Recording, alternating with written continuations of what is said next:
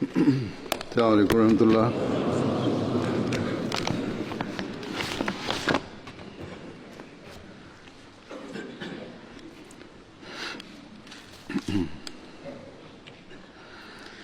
أشهد أن لا إله إلا الله وحده لا شريك له وأشهد أن محمدا عبده ورسوله. أما بعد فأعوذ بالله من الشيطان الرجيم. بسم الله الرحمن الرحيم. الحمد لله رب العالمين الرحمن الرحيم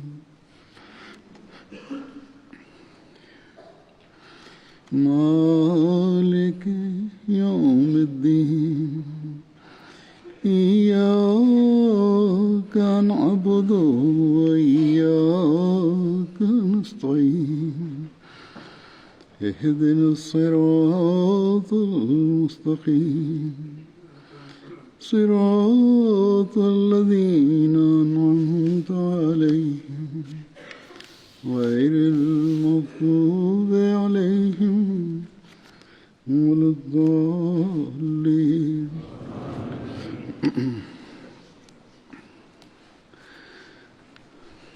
صحابہ کے ذکر میں آج میں 2 صحابہ کا ذکر کروں گا. پہلے ہیں حضرت منذر بن محمد انصاری. حضرت منذر بن محمد کا تعلق قبیلہ بنو جاجبہ سے تھا. مدینہ تشریف لانے کے بعد حضرت صلی اللہ علیہ وسلم نے حضرت منذر بن محمد اور طفیل بن حارث کے درمیان مواخات قائم فرمائی تھی.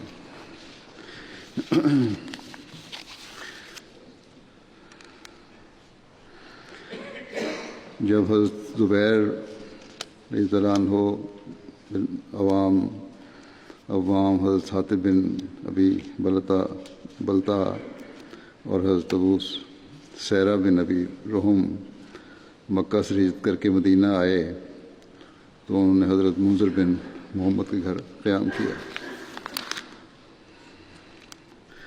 حضرت منذر نے غزوہ بدر اور احد میں شرکت کی اور بئر معونہ کے واقعہ میں شہید ہوئے.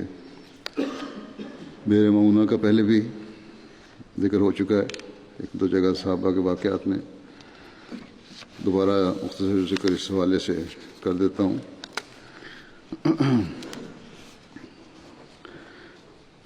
حضرت منذر کی شہادت کی تفصیل سیرت خاتم النبیین میں حضرت مرزا بشیر احمد صاحب نے جو لکھی ہے اس میں لکھا ہے کہ حضرت صلی اللہ علیہ وسلم نے صفر 4 ہجری میں منذر بن عمر انصاری کی امارت میں صحابہ کی ایک پارٹی روانہ فرمائی. یہ لوگ عموماً انصار میں سے تھے. ان کی تعداد 70 تھی. سارے کے سارے قاری تھے یعنی قرآن خواں تھے جو دن کے وقت جنگل سے لکڑیاں جمع کرتے, ان کی قیمت لڑکیاں بیچتے اور پھر اپنا پیٹ پالتے. رات کا بہت سا حصہ عبادت میں گزارتے تھے. جب یہ لوگ اس مقام پر پہنچے جو ایک کنویں کی وجہ سے بئر معونہ کے نام سے مشہور تھا, تو اس میں ان میں سے ایک شخص حرام بن ملحان جو انس بن مالک کے ماموں تھے, حضرت صلی اللہ علیہ وسلم کی طرف سے دعوت اسلام کا پیغام لے کر قبیلہ عامر کے رئیس اور ابو برا عامر کے بھتیجے عامر بن طفیل کے پاس آگے گئے. باقی صحابہ پیچھے رہے. جب حرام بن ملحان حضرت صلی اللہ علیہ وسلم کے ایلچی کے طور پر عامر بن طفیل اور ان کے ساتھیوں کے پاس پہنچے تو انہوں نے شروع میں تو منافقانہ طور پر بڑی آؤ بھگت کی, اور جب وہ مطمئن ہو کر بیٹھ گئے, یہ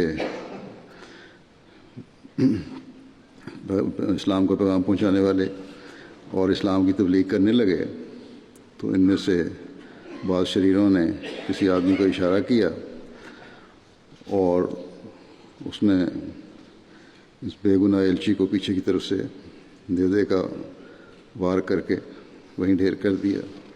اس وقت حرام بن ملحان کی زبان پر الفاظ تھے جب زخمی ہوئے کہ اللہ اکبر، فزت و رب الکعبہ، یہ اللہ اکبر، رب کعبہ کی قسم کہ میں اپنی مراد کو پہنچ گیا۔ عامر بن طفیل نے حضرت صلی اللہ علیہ وسلم کے ایلچی کے قتل پر ہی اکتفا نہیں کیا، بلکہ اس کے بعد اپنے قبیلہ بنو عامر کے لوگوں کو اکسایا کہ وہ مسلمانوں کی بقیہ جماعت پر حملہ کریں، مگر انہوں نے اس بات سے انکار کیا اور کہا کہ ہم ابو برا کی ذمہ داری کے ہوتے ہوئے مسلمانوں پر حملہ نہیں کریں گے۔ اس پر عامر نے قبیلہ بنو سلیم میں سے بنو ریل اور زکوان اور اسیہ وغیرہ کو، یعنی وہی لوگ جو بخاری کی حدیث کے مطابق حضرت صلی اللہ علیہ وسلم کے پاس وفد بن کر آئے تھے کہ ہمیں بھیجیں کچھ لوگ جو ہمیں تبلیغ کریں، اپنے ساتھ لیا اور یہ سب لوگ مسلمانوں کی اس قلیل اور بے بس جماعت پر حملہ آور ہو گئے۔ مسلمانوں نے جب ان وحشی درندوں کو اپنی طرف آتے دیکھا تو ان سے کہا کہ ہمیں تم سے کوئی تعارض نہیں ہے، ہم کو لڑائی کرنے نہیں آئے، ہم تو رسول اللہ صلی اللہ علیہ وسلم کی طرف سے ایک کام کے لیے آئے ہیں اور ہم تم سے لڑنے کے کوئی ارادہ نہیں رکھتے۔ مگر انہوں نے ایک نہ سنی اور سب کو تلوار کے گھاٹ اتار دیا۔ ان صحابیوں میں سے جو اس وقت موجود تھے صرف ایک شخص بچا جو پاؤں سے لنگڑا تھا اور پہاڑی کے اوپر چڑھ گیا ہوا تھا۔ ان صحابی کا نام کعب بن زید تھا، ان کا ذکر ہو چکا ہے۔ بعض اور روایات سے پتہ لگتا ہے کہ کفار نے اس پر حملہ کیا تھا جس سے وہ زخمی ہوئے تھے اور کفار انہیں مردہ سمجھ کر چھوڑ گئے تھے، مگر اصل میں ان میں جان باقی تھی اور بعد میں بچ گئے۔ صحابہ کی اس جماعت میں سے دو شخص یعنی عمر بن امیہ زمری اور منذر بن محمد اس وقت اونٹوں وغیرہ کی چرانے کے لیے اپنی جماعت سے الگ ہو کر ادھر ادھر گئے ہوئے تھے۔ انہوں نے دور سے اپنے ڈیرے کی طرف نظر ڈالی تو دیکھا انہوں نے کہ پرندوں کے جھنڈ ہوا میں اڑتے پھر رہے ہیں۔ وہ سمجھ گئے، اس صحرائی اشارے کو خوب سمجھتے تھے، جب ریت میں پرندے اس طرح جھنڈ پھر رہے ہوں تو مطلب ہوتا ہے کہ نیچے ان کے لیے کھانے کا کوئی انتظام ہے۔ وہ فوراً سمجھ گئے کہ کوئی لڑائی ہوئی ہے اور واپس آئے، دیکھا تو ظالم کفار کے کچھ تو خون کا کارنامہ آنکھوں کے سامنے تھا۔ دور سے ہی یہ نظارہ دیکھ کر انہوں نے فوراً آپس میں مشورہ کیا کہ اب ہمیں کیا کرنا چاہیے۔ ایک نے کہا کہ ہمیں یہاں سے فوراً نکل جانا چاہیے اور مدینہ پہنچ کر حضرت صلی اللہ علیہ وسلم کو اطلاع دینی چاہیے، مگر دوسرے نے اس رائے کو قبول نہ کیا اور کہا کہ میں تو اس جگہ سے بھاگ کر نہیں جاؤں گا جہاں ہمارا امیر منذر بن عمر شہید ہوا ہے، وہیں ہم لڑیں گے۔ چنانچہ وہ بھی آگے بڑھے اور لڑ کر شہید ہوئے، یعنی منذر بن محمد جو گئے ہوئے تھے اونٹ چرانے۔ جب وہ آئے تو انہوں نے بھی دشمنوں کا مقابلہ کیا اور شہید وہیں ہوئے۔ اس طرح ان کی شہادت 4 ہجری میں ہوئی۔ دوسرے صحابی ہیں حضرت حاطب بن ابی بلتع،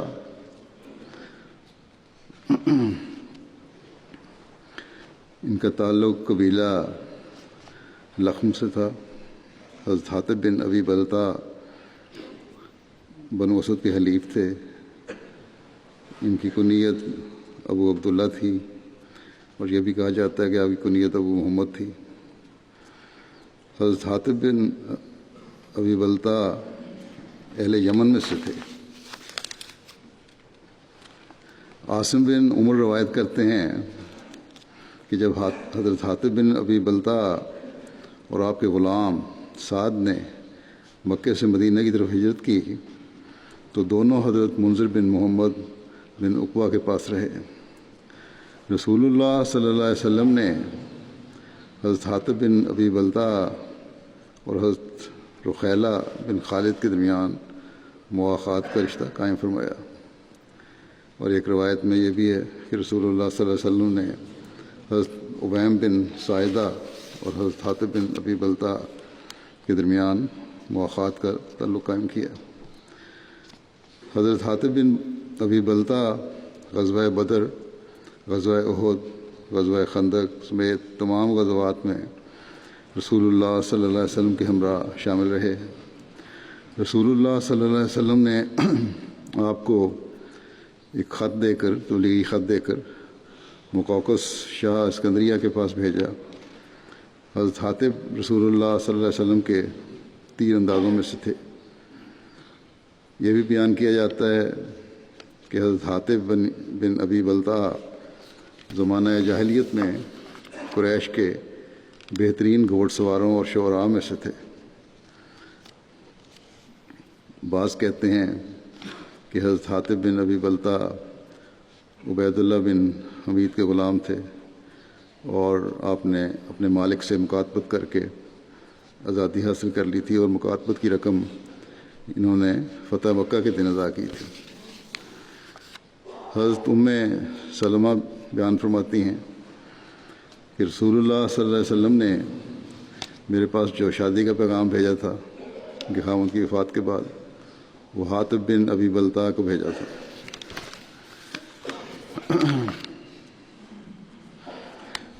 ایک روایت میں آتا ہے حضرت انس بن مالک نے حاطب بن ابی بلتع سے سنا کہ وہ کہتے تھے کہ نبی صلی اللہ علیہ وسلم احد کے دن میری طرف متوجہ ہوئے، آپ تکلیف میں تھے۔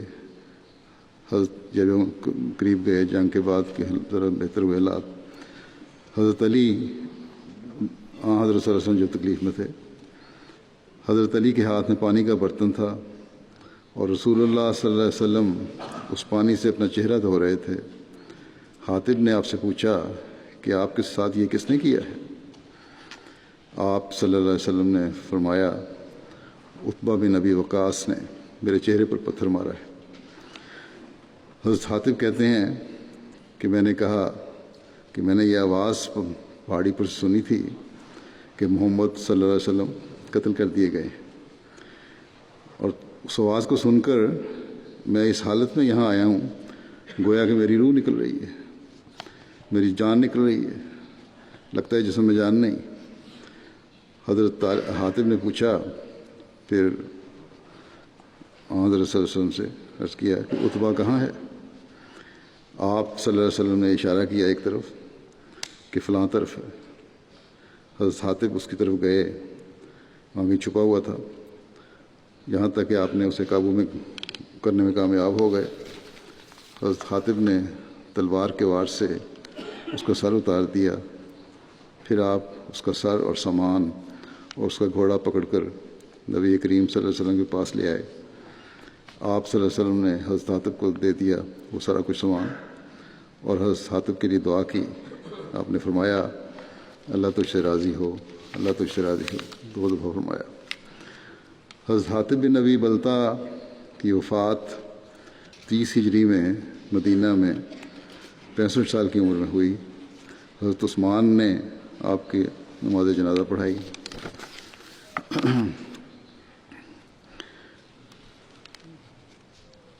حضرت صلی اللہ علیہ وسلم نے جو خط مقوقس کو بھیجا تھا اس کی تفصیل میں آتا ہے، حضرت مرزا بشیر احمد صاحب نے لکھا ہوا ہے کہ تیسرا خط تھا جو بادشاہوں کو بھیجا گیا۔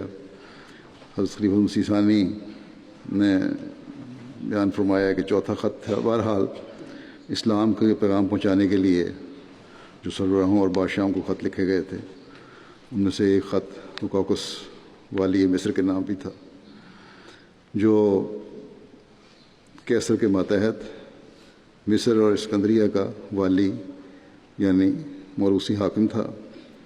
اور کیسر کی طرح مسیحی مذہب کا پیرو تھا۔ اس کا ذاتی نام جریج بن مینا تھا، اور وہ اور اس کی رعایا قبطی قوم سے تعلق رکھتے تھے۔ یہ خط آپ صلی اللہ علیہ وسلم نے اپنے صحابی حاطب بن ابی بلتا کے ہاتھ بھجوایا، اور اس خط کے الفاظ یہ تھے: بسم اللہ الرحمن الرحیم، من محمد عبد اللہ و رسولہ الی المقوقس سے عظیم القبط، سلام علی من اتبع الہدی، اما بعد فانی ادعوک بدعایت الاسلام، اسلم تسلم، یؤتک اللہ اجرک مرتین، وان تولیت فعلیک اسم القبط، یا اہل الکتاب تعالوا الی کلمۃ سواء بیننا و بینکم اللہ نعبد الا اللہ ولا نشرک بہ شیئا ولا يتخذ بعضنا بعضا اربابا من دون اللہ فإن تولوا فقولوا اشہدوا بأننا مسلمون۔ یعنی میں اللہ کے نام کے ساتھ شروع کرتا ہوں جو بے مانگے رحم کرنے والا اور اعمال کا بہترین بدلہ دینے والا ہے۔ یہ خط محمد خدا کے بندے اور اس کے رسول کی طرف سے قبطیوں کے رئیس مقوقس کے نام ہے۔ سلامتی ہو اس شخص پر جو ہدایت کو قبول کرتا ہے۔ اس کے بعد اے والی مصر، میں آپ کو اسلام کی ہدایت کی طرف بلاتا ہوں، مسلمان ہو کر خدا کی سلامتی کو قبول کرو کہ اب صرف یہی نجات کا رستہ ہے۔ اللہ تعالیٰ آپ کو دوہرا اجر دے گا، لیکن اگر آپ نے روگردانی کی تو علاوہ خدا اپنے گناہ کے قبطیوں کا گناہ بھی آپ کی گردن پر ہوگا۔ اور اے اہل کتاب، اس کلمے کی طرف تو آ جاؤ جو تمہارے اور ہمارے درمیان مشترک ہے، یعنی ہم خدا کے سوا کسی کی عبادت نہ کریں اور کسی صورت میں خدا کا کوئی شریک نہ ٹھہرائیں، اور خدا کو چھوڑ کر اپنے میں سے ہی کسی کو اپنا آقا اور حاجت روا نہ گردانیں۔ پھر اگر ان لوگوں نے روگردانی کی تو ان سے کہہ دو کہ گواہ رہو کہ ہم تو بہرحال خدا واحد کے فرمانبردار بندے ہیں۔ یہ خط تھا جو آپ نے بادشاہ کو بھیجا، اس والی کو بھیجا۔ جب حاطب بن ابی بلتا اسکندریہ پہنچے تو مقوقس کے حاجب یعنی دربان سے مل کر اس خدمت میں حاضر ہوئے والی کی، اور آن حضرت صلی اللہ علیہ وسلم کو خط پیش کیا۔ مقوقس نے خط پڑھا اور پھر حاطب بن ابی بلتا سے مخاطب ہو کر نیم مذاکیہ رنگ میں کہا کہ اگر تمہارا یہ صاحب یعنی آن حضرت صلی اللہ علیہ وسلم واقعی خدا کا نبی ہے تو اس خط کے بھجوانے کے بجائے اس نے میرے خلاف خدا سے یہ دعا ہی کیوں نہ کی کہ خدا اسے مجھ پر مسلط کر دے، یعنی آن حضرت صلی اللہ علیہ وسلم کو اس والی پر مسلط کر دے۔ خاطب نے جواب دیا کہ اگر یہ اعتراض درست ہے تم کر رہے ہو تو وہ حضرت عیسیٰ پر بھی پڑتا ہے یہ اعتراض کہ انہوں نے اپنے مخالفوں کے خلاف اس قسم کی دعا کیوں نہیں کی تھی۔ پھر حاطب نے مقوقس کو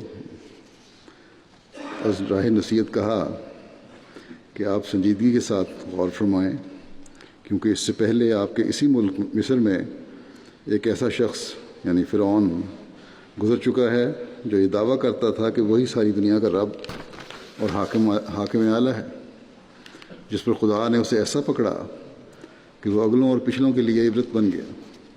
بس میں آپ سے مخلصانہ طور پر عرض کروں گا کہ آپ دوسروں کے حالات سے عبرت پکڑیں اور ایسے نہ بنیں کہ دوسرے لوگ آپ کے حالات سے عبرت پکڑیں۔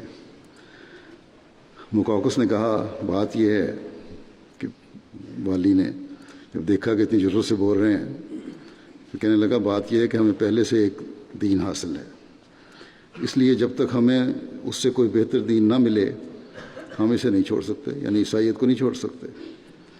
حاطب رضی اللہ تعالیٰ عنہ نے جواب دیا کہ اسلام وہ دین ہے جو سب دوسرے دینوں سے غنی کر دیتا ہے، آخری دین ہے اور سب دین اس میں سمٹ گئے ہیں، لیکن وہ یقیناً آپ کو اس بات سے نہیں روکتا کہ آپ حضرت مسیح ناصری پر بھی ایمان لائیں، بلکہ وہ سب سچے نبیوں پر ایمان لانے کی تلقین کرتا ہے۔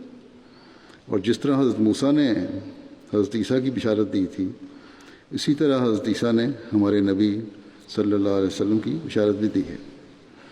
اس پر مقوقس کچھ سوچ میں پڑھ کر خاموش ہو گیا، مگر اس کے بعد ایک دوسری مجلس میں، جبکہ بعض بڑے بڑے پادری بھی موجود تھے، مقوقس نے حاطب سے پھر کہا کہ میں نے سنا ہے کہ تمہارے نبی اپنے وطن سے نکالے گئے تھے۔ انہوں نے اس موقع پر اپنے نکالنے والوں کے خلاف بددعا کیوں کی کہ جب تمہارے نبی اپنے وطن سے نکالے گئے مکے سے، تو انہوں نے اس موقع پر بددعا کیوں نہ کی ان لوگوں کے خلاف جنہوں نے نکالا تھا، تاکہ وہ لوگ ہلاک کر دیے جاتے اور نبی امن میں رہتے۔ حاطب نے یہ بات سنی تو اس کو جواب دیا والی کو کہ ہمارے نبی تو صرف وطن سے نکلنے پر مجبور ہوئے تھے، مگر آپ کے مسیح کو تو یہودیوں نے پکڑ کر سولی کے ذریعے ختم ہی کر دینا چاہا، مگر پھر بھی وہ اپنے مخالفوں کے خلاف بددعا کر کے انہیں ہلاک نہ کر سکے۔ مقوقس نے متاثر ہو کر جواب جب سنا تو متاثر ہوگا، کہنے لگا کہ تم بے شک ایک عقل مند انسان ہو اور ایک دانا انسان کی طرف سے سفیر بن کر آئے ہو۔ اس کے بعد کہنے لگا کہ میں نے تمہارے نبی کے معاملے میں غور کیا ہے کہ کہنے لگا کہ میں سمجھتا ہوں کہ انہوں نے واقعی کسی بری بات کی تعلیم نہیں دی اور نہ کسی اچھی بات سے روکا ہے۔ پھر اس نے حضرت صلی اللہ علیہ وسلم کا خط ایک ہاتھی دانت کی ڈبیا میں رکھ کر اس پر اپنی مہر لگائی اور اسے حفاظت کے لیے اپنے گھر کی ایک معتبر لڑکی کے سپرد کر دیا۔ بہرحال اس خط سے اس نے عزت کا سلوک کیا۔ اس کے بعد مقوقس نے اپنے ایک عربی دان کاتب کو بلایا اور حضرت صلی اللہ علیہ وسلم کے نام خط لکھوایا اور خط لکھوا کر حاطب کے حوالے کیا۔ اس خط کی عبارت یہ تھی، ترجمہ یہ ہے کہ خدا کے نام کے ساتھ جو رحمان اور رحیم ہے، یہ خط محمد بن عبداللہ صلی اللہ علیہ وسلم کے نام قبطیوں کے رئیس مقوقس کی طرف سے ہے۔ آپ پر سلامتی ہو۔ میں نے آپ کا خط اور آپ کے مفہوم کو سمجھا اور آپ کی دعوت پر غور کیا۔ میں یہ ضرور جانتا تھا کہ ایک نبی مبعوث ہونے والا ہے، مگر میں خیال کرتا تھا کہ وہ ملک شام میں پیدا ہوگا، نہ کہ عرب میں، اور میں آپ کے سفیر کے ساتھ عزت سے پیش آیا ہوں، اور میں اس کے ساتھ 2 لڑکیاں بھجوا رہا ہوں جنہیں قبطی قوم میں بڑا درجہ حاصل ہے۔ ان لڑکیوں کو خاندانی اعلیٰ خاندان کی لڑکیاں ہیں یہ، اور میں کچھ پارچات بھی بھجوا رہا ہوں اور آپ کی سواری کے لیے خچر بھی بھجوا رہا ہوں۔ والسلام۔ اس کے بعد اس کے دستخط۔ اس خط سے ظاہر ہے کہ مقوقس مصر حضرت صلی اللہ علیہ وسلم کے ایلچی کے ساتھ عزت سے پیش آیا اور اس نے آپ صلی اللہ علیہ وسلم کے دعوے میں ایک حد تک دلچسپی بھی لی، مگر بہرحال اس نے اسلام قبول نہیں کیا، اور دوسری روایتوں سے پتہ لگتا ہے کہ عیسائی مذہب پر ہی اس کی وفات ہوئی۔ اس کی گفتگو کے انداز سے یہ بھی پتہ لگتا ہے کہ وہ بے شک مذہبی امور میں دلچسپی تو لیتا تھا، مگر جو سنجیدگی اس معاملے میں ضروری ہے وہ اسے حاصل نہیں تھی، اس لیے اس نے بظاہر مؤدبانہ رنگ رکھتے ہوئے بھی حضرت صلی اللہ علیہ وسلم کی دعوت کو ٹال دیا۔ جو 2 لڑکیاں مقوقس نے بھجوائی تھیں ان میں سے ایک کا نام ماریا اور دوسری کا نام سیرین تھا، اور یہ دونوں آپس میں بہنیں تھیں، اور جیسا کہ مقوقس نے اپنے خط میں لکھا تھا وہ قبطی قوم میں سے تھیں، اور یہ وہی قوم ہے جسے خود مقوقس کا تعلق تھا، اور یہ لڑکیاں عام لوگوں میں سے نہیں تھیں، بلکہ مقوقس کی اپنی تحریر کے مطابق انہیں قبطی قوم میں بڑا درجہ حاصل تھا۔ حضرت مرزا بشیر احمد صاحب نے لکھا ہے کہ دراصل معلوم ہوتا ہے کہ مصریوں میں یہ پرانا دستور تھا کہ اپنے ایسے معزز مہمانوں کو جن کے ساتھ وہ تعلقات کو بڑھانا چاہتے تھے رشتے کے لیے اپنے خاندان یا اپنی قوم کی شریف لڑکیاں پیش کر دیتے تھے تاکہ ان سے شادی ہو جائے۔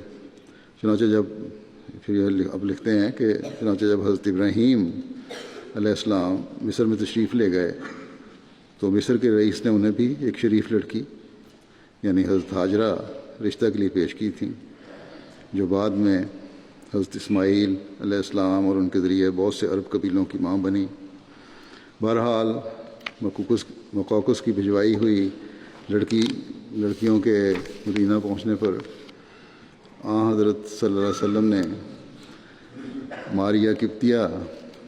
حضرت ماریہ قبطیہ تھیں کو خود اپنے عقد میں لے لیا اور ان کی بہن سیرین کو عرب کے مشہور شاعر حسان بن ثابت کے عقد میں دے دیا۔ یہ ماریہ وہی مبارک خاتون ہیں جن کے بطن سے حضرت صلی اللہ علیہ وسلم کے صاحبزادے حضرت ابراہیم پیدا ہوئے، جو زمانہ نبوت کی گویا واحد اولاد تھی۔ یہ بات بھی قابل ذکر ہے کہ یہ دونوں لڑکیاں مدینہ پہنچنے سے پہلے ہی حاطب بن ابی بلتع کی تبلیغ سے مسلمان ہو گئی تھیں۔ جو خچر اس موقع پر حضرت صلی اللہ علیہ وسلم کو تحفہ میں آئی تھی وہ سفید رنگ کی تھی۔ حضرت صلی اللہ علیہ وسلم اس پر اکثر سواری فرمایا کرتے تھے اور غزوہ حنین میں بھی یہی خچر آپ صلی اللہ علیہ وسلم کے نیچے تھی۔ جو خط مقوقس کو لکھا گیا تھا اس کے بارے میں حضرت مسلم موعود رضی اللہ عنہ نے یہ بات شاید بیان فرمائی ہے کہ یہ خط بعینہ ہی وہی ہے، اسی طرح کا خط ہے، وہی الفاظ ہیں جو روم کے بادشاہ کو لکھا گیا تھا، صرف یہ فرق ہے کہ اس میں یہ لکھا تھا کہ اگر تم نہ مانیں تو رومی رعایا کے گناہوں کا بوجھ بھی تم پر ہوگا، اور اس میں یہ تھا کہ قبطیوں کے گناہوں کا بوجھ تم پر ہوگا۔ جب حاطب رضی اللہ عنہ مصر پہنچے تو اس وقت مقوقس اپنی دارالحکومت میں نہیں تھا بلکہ اسکندریہ میں تھا۔ حاطب اسکندریہ گئے جہاں بادشاہ نے سمندر کے کنارے ایک مجلس لگائی ہوئی تھی۔ حاطب بھی ایک کشتی میں، ہو سکتا ہے وہ جزیرہ ہو وہاں کہیں، کشتی میں سوار ہو کر اس مقام تک گئے، اور چونکہ ارد گرد پہرا تھا انہوں نے دور سے خط کو بلند کر کے آوازیں دینی شروع کی۔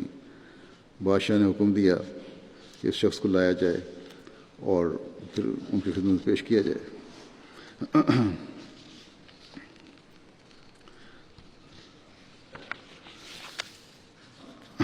پھر آپ نے یہ بھی لکھا کہ حاطب نے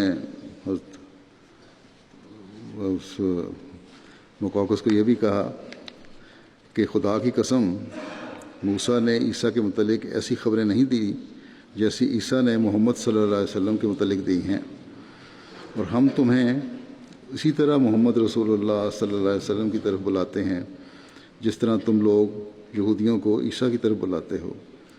ہر نبی کی ایک امت ہوتی ہے۔ پھر کہنے لگے کہ ہر نبی کی ایک امت ہوتی ہے اور اس کا فرض ہوتا ہے کہ اس کی اطاعت کرے، پس جب کہ تم نے اس نبی کا زمانہ پایا ہے جو اس کو اللہ تعالیٰ نے تمام دنیا کے لیے نبی بنا کے بھیجا ہے، تو تمہارا فرض ہے کہ اس کو قبول کرو، اور ہمارا دین تم کو مسیح کی اتباع سے روکتا نہیں، بلکہ ہم تو دوسروں کو بھی حکم دیتے ہیں کہ وہ مسیح پر ایمان لائیں۔ تو یہ وہ لوگ تھے جو بڑی جرت سے اور بڑی حکمت سے تبلیغ کا فریضہ انجام دیتے تھے۔ کوئی حاکم ہے یا والی ہے یا بادشاہ ہے، کسی کے سامنے کبھی خوف نہیں ہوا ان کو۔ پھر جو واقعہ آتا ہے عورت کے خاتے جانے کا مکہ والوں کی طرف، یہ حاطب بن ابی بلتع ہی تھے جنہوں نے اس عورت کو مکہ والوں کو کے لیے خط بھیجا تھا اور آپ صلی اللہ علیہ وسلم کے آنے کا اطلاع دی تھی۔ چنانچہ روایات میں آتا ہے کہ رسول اللہ صلی اللہ علیہ وسلم نے جب فتح مکہ کے لیے لشکر کے ساتھ کوچ فرمایا تو اس وقت آپ صلی اللہ علیہ وسلم ایک صحابی حضرت حاطب رضی اللہ عنہ بن ابی بلتاز، آپ کے ایک صحابی حضرت حاطب بن ابی بلتا نے قریش مکہ کو ایک عورت کے ہاتھ خط بھیجا۔ اس واقعہ کی تفصیل سے قبل امام بخاری نے یہ قرآنی آیت لکھی ہے کہ لا تتخذوا، اس کا بیان کر رہے ہیں حضرت بخاری کے شرح کے حوالے سے حضرت سید زین العابدین شاہ صاحب۔ یہ قرآنی آیت لکھی ہے امام بخاری نے کہ لا تتخذوا عدوی و عدوکم اولیاء، لا تتخذوا عدوی و عدوکم اولیاء، کہ اے لوگوں جو ایمان لائے ہو میرے دشمن اور اپنے دشمن کو کبھی دوست نہ بناؤ۔ حضرت علی رضی اللہ عنہ سے روایت ہے، انہوں نے کہا کہ رسول اللہ صلی اللہ علیہ وسلم نے مجھے زبیر اور مقداد بن اسود کو بھیجا۔ آپ نے فرمایا تم چلے جاؤ، جب تم روضہ خاخ ایک جگہ ہے وہاں پہنچو تو وہاں ایک شتر سوار عورت ہوگی اور اس کے پاس ایک خط ہے، تم وہ خط اس سے لے لو۔ ہم چل پڑے، ہمارے گھوڑے سر پر دوڑتے ہوئے ہمیں لے گئے۔ جب ہم روضہ خاخ میں پہنچے تو ہم کیا دیکھتے ہیں کہ وہاں ایک شتر سوار عورت موجود ہے۔ ہم نے اسے کہا کہ خط نکالو۔ وہ کہنے لگی کہ میرے پاس کوئی خط نہیں ہے۔ ہم نے کہا تمہیں خط نکالنا ہوگا ورنہ ہم تمہارے کپڑے اتار دیں گے اور تلاشی لیں گے۔ اس پر اس نے وہ خط اپنے جوڑے سے نکالا اور ہم وہ خط رسول اللہ صلی اللہ علیہ وسلم کے پاس لے آئے۔ دیکھا تو اس میں یہ لکھا تھا کہ حاطب بن ابی بلتا کی طرف سے اہل مکہ کے مشرکوں کے نام۔ وہ رسول اللہ صلی اللہ علیہ وسلم کے کسی ارادے کی ان کو اطلاع دے رہا تھا۔ رسول اللہ صلی اللہ علیہ وسلم نے اسے بلایا، انہیں حاطب بن ابی بلتا کو، اور پوچھا حاطب یہ کیا ہے؟ اس نے کہا یا رسول اللہ میرے متعلق جلدی نہ فرمائیں، میں ایک ایسا آدمی تھا جو قریش میں آ کر مل گیا تھا، ان میں سے نہ تھا، اور دوسرے مہاجرین جو آپ صلی اللہ علیہ وسلم کے ساتھ تھے ان کی مکہ میں رشتہ داریاں تھیں جن کے ذریعے سے وہ اپنے گھر بار اور مال و اسباب کو بچاتے رہے ہیں۔ میں نے چاہا کہ ان مکے والوں پر کوئی احسان کر دوں کیونکہ ان میں کوئی رشتہ داری تو میری تھی ہی نہیں، شاید وہ اس احسان ہی کی وجہ سے میرا پاس کریں، اور میں نے کسی کفر یا ارتداد کی وجہ سے یہ نہیں کیا، نہ میں نے انکار کیا ہے، نہ میں مرتد ہوا ہوں، نہ میں نے اسلام کو چھوڑا ہے، نہ میں منافق ہوں۔ میں نے یہ کام اس لیے نہیں کیا۔ اسلام قبول کرنے کے بعد کفر کبھی پسند نہیں کیا جا سکتا، میں آپ کو یقین دلاتا ہوں۔ یہ سن کر رسول اللہ صلی اللہ علیہ وسلم نے فرمایا اس نے تم سے سچ بیان کیا ہے۔ حضرت عمر نے وہاں موقع موجود تھے، انہوں نے کہا یا رسول اللہ مجھے اجازت دیں کہ میں اس منافق کی گردن مار دوں، قتل کر دوں۔ آپ صلی اللہ علیہ وسلم نے فرمایا کہ یہ تو جنگ بدر میں موجود تھا، اور تمہیں کیا معلوم کہ اللہ نے اہل بدر کو دیکھا اور فرمایا جو تم چاہو کرو، میں نے تمہارے گناہوں کی پردہ پوشی کر دی ہے۔ شاہ صاحب حضرت ولی اللہ شاہ صاحب لکھتے ہیں بخاری کی میں ہی کہ صحیح بخاری کی ایک اور حدیث میں شرح میں لکھتے ہیں کہ ایک اور حدیث میں اس عورت کو مشرکہ کہا گیا ہے، اور اس کے تعاقب میں جانے والے حضرت علی، حضرت ابو مرثد غنوی اور حضرت زبیر تھے۔ اسی طرح لکھا ہے کہ وہ عورت اپنے اونٹ پر سوار چلی جا رہی تھی۔ خط کے چھپانے کے متعلق لکھا ہے دوسری روایت میں کہ جب اس نے ہمیں سنجیدہ دیکھا تو وہ اپنی کمر پر بندھی ہوئی چادر کی طرف جھکی اور خط نکال کر رکھ دیا۔ ہم اس عورت کو لے کر رسول اللہ صلی اللہ علیہ وسلم کے پاس آئے۔ حضرت عمر رضی اللہ عنہ نے کہا اس نے اللہ اور اس کے رسول اور مومنوں سے خیانت کی ہے، یا رسول اللہ مجھے اجازت دیں کہ اس کی گردن اڑا دوں۔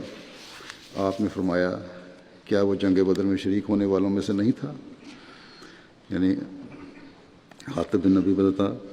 آپ نے فرمایا امید ہے اللہ نے اہل بدر کو دیکھا ہو اور یہ کہا ہو جو تم چاہو کرو، تمہارے لیے جنت ہو چکی، یا فرمایا میں نے تمہاری پردہ پوشی کر کے تم کو معاف کر دیا ہے۔ یہ سن کر حضرت عمر کی آنکھوں سے آنسو جاری ہو گئے اور کہنے لگے اللہ اور اس کا رسول بہتر جانتے ہیں۔ حضرت ابو بکر نے بھی حضرت حاتب کو مقوقس کے پاس مصر بھیجا تھا اور ایک معاہدہ ترتیب دیا تھا جو حضرت عمر بن عاص کے مصر پر حملہ تک طرفین کے درمیان قائم رہا، ایک امن کا معاہدہ تھا۔ حضرت حاتب کے بارے میں آتا ہے کہ حضرت حاتب خوبصورت جسم کے مالک تھے، ہلکی داڑھی تھی، گردن جھکی ہوئی تھی، پست کامتی کی طرف مائل اور موٹی انگلیوں والے تھے۔ یعقوب بن عتبہ سے مروی ہے کہ حضرت حاتب بن ابی بلتع نے اپنی وفات کے دن 4000 درہم اور دینار چھوڑے۔ آپ غلہ وغیرہ کے تاجر تھے اور آپ نے امتن ترکہ مدینہ میں چھوڑا۔ حضرت جابر سے روایت ہے کہ ایک مرتبہ حضرت حاتب کا غلام رسول اللہ صلی اللہ علیہ وسلم کے پاس آپ کی شکایت لے کر آیا، اپنے مالک کی شکایت لے کر آیا حضرت حاتب کی۔ غلام نے کہا کہ اے اللہ کے رسول، حاتب ضرور جہنم میں داخل ہوگا، کوئی سخت سست کہا ہوگا اس کو۔ اس پر رسول اللہ صلی اللہ علیہ وسلم نے فرمایا کہ تو نے جھوٹ بولا ہے، وہ اس میں ہرگز داخل نہیں ہوگا، کیونکہ وہ غزوہ بدر اور صلح حدیبیہ میں شامل ہوا تھا۔ جیسا کہ بتایا گیا کہ حاتب جو تھے وہ تاجر بھی تھے، منڈی میں مال فروخت کیا کرتے تھے، اور مال فروخت کرنے اور قیمتوں کے مقرر کرنے کی جو اسلامی تعلیم ہے وہ کیا ہے، اس کا ذکر کرتے ہوئے ان کے حوالے سے حضرت مسلم موعود نے بات بیان فرمائی ہے۔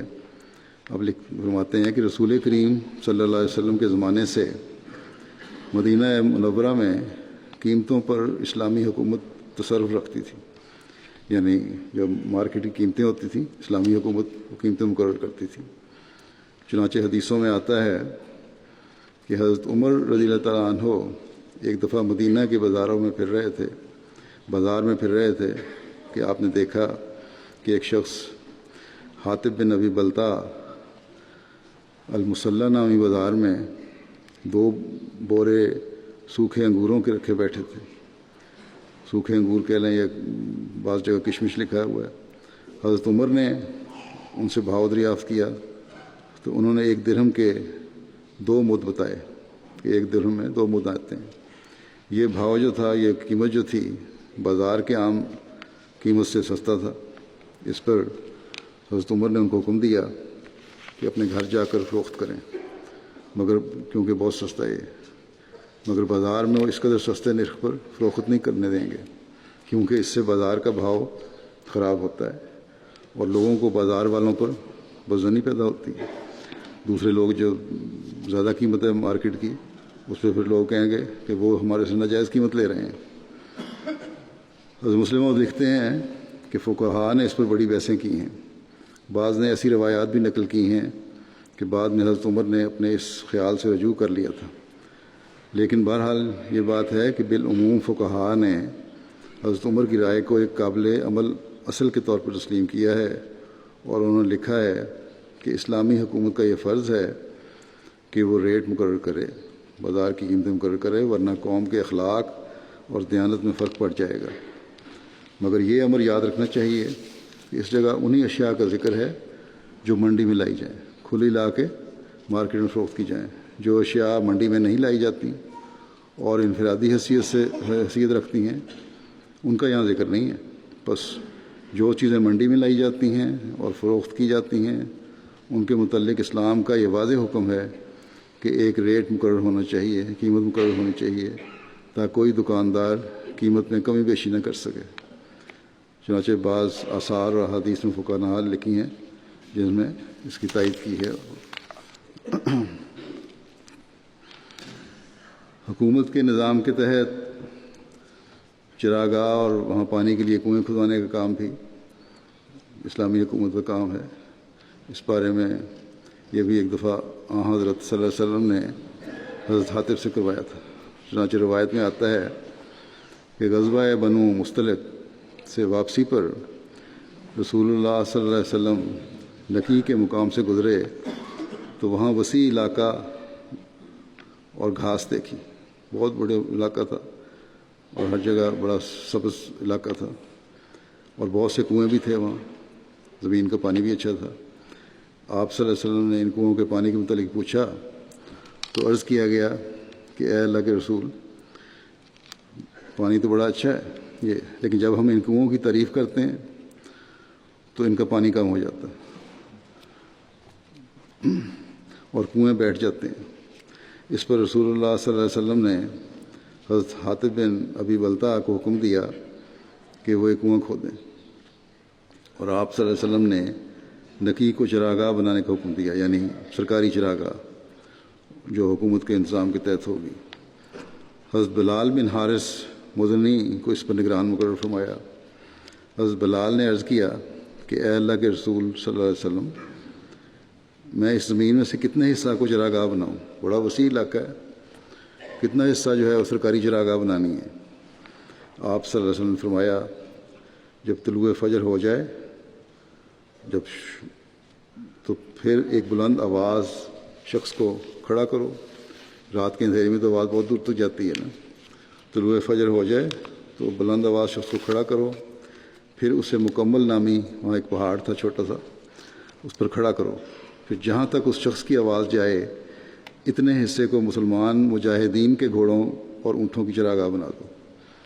یہ بھی ایک انتظام تھا ان کا، فٹوں اور میلوں کی بات نہیں ہو رہی، آواز جہاں تک پہنچ رہی ہے اس کی، آخر میں کھڑا کرو مختلف کونوں پر لوگوں کو، اور جہاں تک جو آواز جاتی ہے وہ باؤنڈری ہوگی اس چراگاہ کی، اور وہ چراگاہ ہوگی مسلمان مجاہدین کے گھوڑوں کے لیے اور اونٹوں کے لیے، جس کے ذریعے سے وہ جہاد کر سکیں۔ یہ بیت المال کے اور سرکاری چراگاہ ہے، اور جو جنگ میں جانے والے مجاہدین جو ہیں ان کے گھوڑے اور اونٹ وہاں چریں گے۔ حضرت بلال نے اس پر عرض کیا کہ اے اللہ کے رسول، مسلمانوں کے عام چرنے والے جانوروں کے بارے میں کیا رائے ہے؟ عام بھی بہت سارے مسلمانوں کے جانور چرتے ہیں باہر کھلے میدانوں میں، چراگاہوں میں، ان کے متعلق کیا رائے ہے، کیا ارشاد ہے آپ کا؟ آپ نے فرمایا، وہ اس میں داخل نہیں ہوں گے، یہ صرف ان لوگوں کے لیے ہے جو جہاد کے لیے اپنے اونٹ اور گھوڑے تیار کر رہے ہیں۔ حضرت بلال نے عرض کیا کہ اے اللہ کے رسول، اس کمزور مرد یا کمزور عورت کے بارے میں آپ کا کیا خیال ہے جس کے پاس قلیل تعداد میں بھیڑ بکریاں ہوں اور وہ انہیں منتقل کرنے پر قدرت نہ رکھتے ہوں؟ بہت تھوڑی تعداد میں غریب ہیں، لوگ ہیں، چند ایک بکریاں یا بھیڑیں رکھی ہوئی ہیں، دودھ تک لے جانا ان کے لیے بہت مشکل ہے، یا کہیں اور جا بھی نہیں سکتے، کمزور ہیں، بوڑھے ہیں، عورتیں ہیں۔ تو آپ صلی اللہ علیہ وسلم نے فرمایا، انہیں چھوڑ دو اور انہیں چڑھنے دو، ان کو اجازت ہے، غریبوں کو، ضرورت مندوں کو، کمزوروں کو اجازت ہے کہ وہ سرکاری چراگاہ سے چڑھ سکتے ہیں۔ تو قومی جائیداد صرف قومی مقاصد کے لیے استعمال ہونی چاہیے، ہاں غریبوں کی اگر ذاتی ضرورت بھی ہے تو وہ اس میں سے حصہ لے سکتی ہیں۔ حضرت حاطب بن ابی بلتع کے اخلاق کا ذکر کرتے ہوئے مصنف سیر الصحابہ لکھتے ہیں کہ وفا شعاری، ان کے اخلاق کیا تھے؟ وفا شعاری، بہت زیادہ وفا شعار تھے، احسان پذیری اور صاف گوئی ان کے مخصوص اور صاف ہیں، احباب اور رشتہ داروں کا بے حد خیال رکھتے تھے، اور فتح مکہ کے موقع پر انہوں نے مشرکین کو جو خط لکھا تھا جو اس عورت کے ہاتھ بھیجا جس کا ذکر ہو چکا ہے، وہ در حقیقت انہی جذبات پر مبنی تھا کہ رشتہ داروں کے خیال کی وجہ سے۔ چنانچہ رسول اللہ صلی اللہ علیہ وسلم نے بھی اس نیت خیر اور صاف گوئی کو ملحوظ رکھ کر ان سے درگزر فرمایا تھا، ان کو معاف فرمایا تھا۔ اللہ تعالیٰ ان صحابہ کے اعلیٰ خصوصیات کا حامل ہمیں بھی بنائے اور ان کے درجات بلند کرتا جائے۔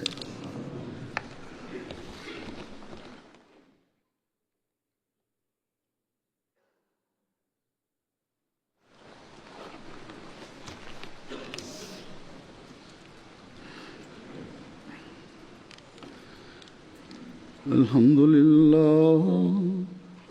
لله نحمده ونستعينه ونستغفره ونؤمن به ونتوكل عليه ونعوذ بالله من شرور أنفسنا ومن سيئات أعمالنا من يهده الله فلا مضل له ومن يضلل فلا هادي له ونشهد أن لا إله إلا الله ونشهد أن محمدا عبده ورسوله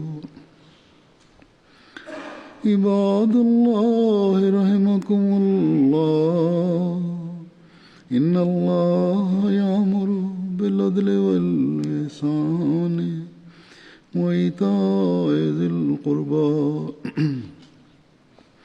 وينهى عن الفحشاء والمنكر والبغي يعظكم لعلكم تذكرون اذكروا الله يذكركم وادعوه يستجب لكم ولذكر الله أكبر